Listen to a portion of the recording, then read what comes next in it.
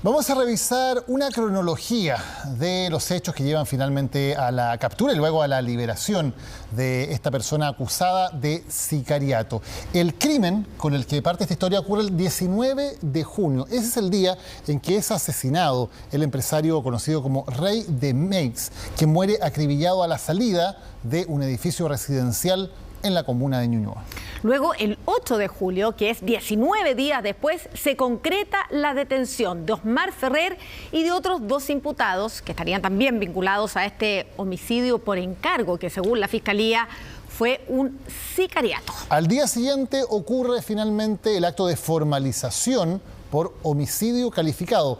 Es en esa instancia en que se decreta la prisión preventiva de los 3 imputados y allí comienzan las versiones que son distintas o que hasta el momento no se han logrado verificar. Lo que dice la jueza es que apenas terminada esa sesión se realizan por lo tanto las resoluciones, la primera que ordena la prisión preventiva, luego la segunda en que se anula esa prisión preventiva debido a un cambio en nombre y luego la tercera que finalmente viene con el cambio de nombre real, y que esas resoluciones son entregadas por mano a una oficial de Gendarmería.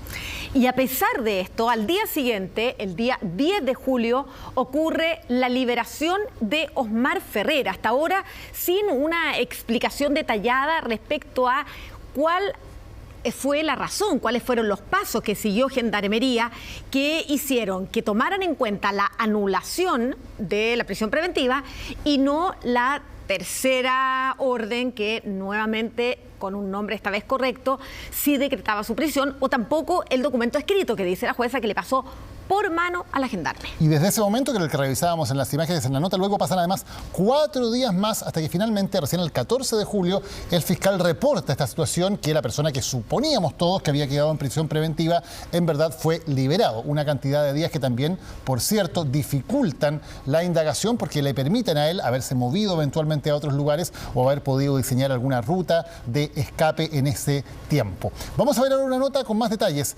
acerca de la investigación de este caso.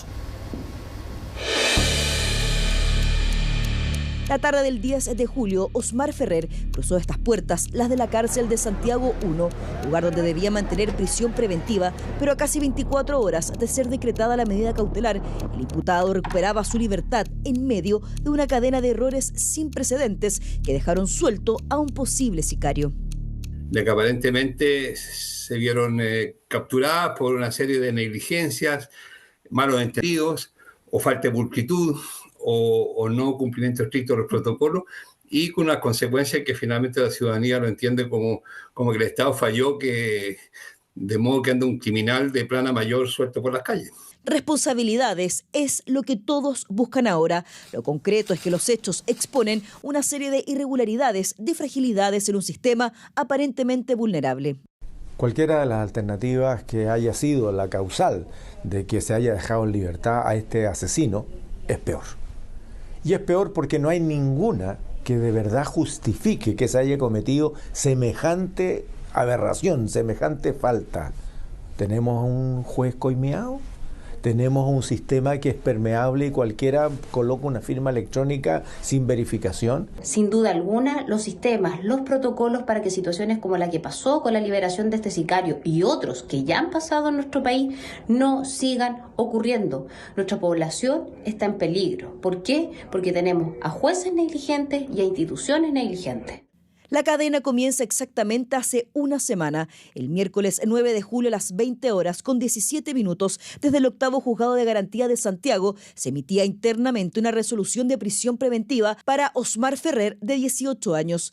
Esto tras la formalización presidida por la jueza Irene Rodríguez, pero el documento tendría un error de tipeo en el nombre del imputado. Se hace un oficio, se envía por interconexión a Gendarmería de Chile y Gendarmería de Chile lo recibe y gestiona esta libertad. No se entrega, o sea, se hace en audiencia también y también se comunica en audiencia, pero se envía por interconexión y se entrega a Gendarmería de Chile también. Ese es el protocolo habitual, pero en este caso, tan solo 8 minutos después, a las 20 horas con 25 minutos, se emite un nuevo documento que dejaba sin efecto la prisión preventiva.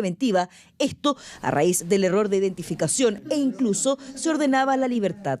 Se ha dejado sin efecto las medidas cautelares respecto del imputado Ferrer Ramírez Osmar Alexander, medidas cautelares que se dejan sin efecto, prisión preventiva y ordena libertad. Aquí esto pasa en cuestión de minutos. Ahora, ¿qué es lo que pasa? Que las órdenes de libertad yo creo que se tramitan de manera más celérica por el tema de que lo que se está en juego es la libertad de una persona. Entonces, quizás Gendarmería recepcionó la orden de libertad y la gestionó y luego pasó por debajo esta orden de prisión preventiva. Y es justamente en esta fase del proceso que habría ocurrido uno de los errores que permitieron la libertad de Ferrer Ramírez. Es en base a este documento que Gendarmería habría liberado al imputado. Hay que hacerse aquí una autocrítica respecto a cómo se producen las comunicaciones ante ciertas circunstancias en las cuales no se puede fallar por ningún motivo. Aquí lo que ocurrió fue una relación mecánica en la cual nadie hizo un análisis y finalmente este preso salió por ese espacio que se produjo fruto de este error, malentendido o negligencia.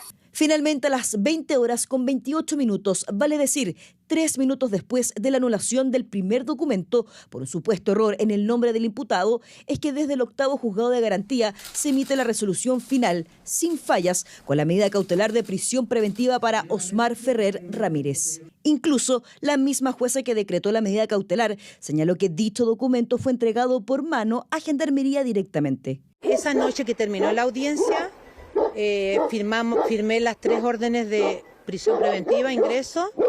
Hubo un error en un nombre que se corrigió y esa noche la gendarme se llevó en su mano las 3 órdenes de ingreso en prisión preventiva de los 3. Y hasta ahí llegó mi trabajo. A pesar de sus palabras, el imputado quedó en libertad, abriendo camino a dudas y especulaciones. Quedan las puertas abiertas para errores, para modificaciones intencionales y, en definitiva, para que ocurran delitos de corrupción. Y aquí lo que más parece, dado el orden de los acontecimientos, justamente que hubieron terceros que interfirieron justamente en la forma en que se dieron los hechos y, en definitiva, en la forma de administrar justicia. En solo 11 minutos se realizaron 3 trámites judiciales que habrían permitido la libertad del imputado, y todo por un error de tipeo en el nombre. Con ello se abre un amplio debate para ver si estamos frente a un simple error humano o a un impúdico acto de corrupción en alguna de las fases administrativas. Y cuando nuestro sistema judicial, que ya ha sido cuestionado durante el año pasado por lo que fue el caso de Hermosilla, por la remoción de ministros de la Corte, lo que nos está mostrando es justamente que el Poder Judicial hoy día tiene un problema importante de corrupción y que la libertad, en este caso del sicario de MEC, es más que nada el resultado de un conjunto de hechos que deliberadamente ocurrieron para que esto sucediera.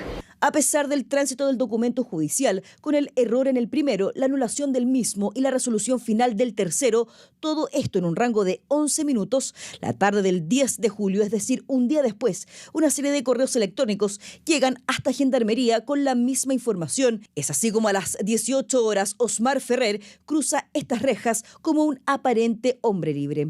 El origen de esto es aparentemente una negligencia, no un acto de corrupción. Por lo tanto, podría ser, y eso el juez tendrá que despejarlo, ojalá lo despeje lo antes posible. Pero aparentemente la falla principal está aquí en la forma como se comunica el tribunal con Gendarmería y viceversa. Por ahora es el Ministerio Público quien lidera una investigación para determinar qué ocurrió realmente, si hay o no errores, dónde y quiénes los cometieron, porque detrás de estos actos administrativos está la liberación de un posible homicida.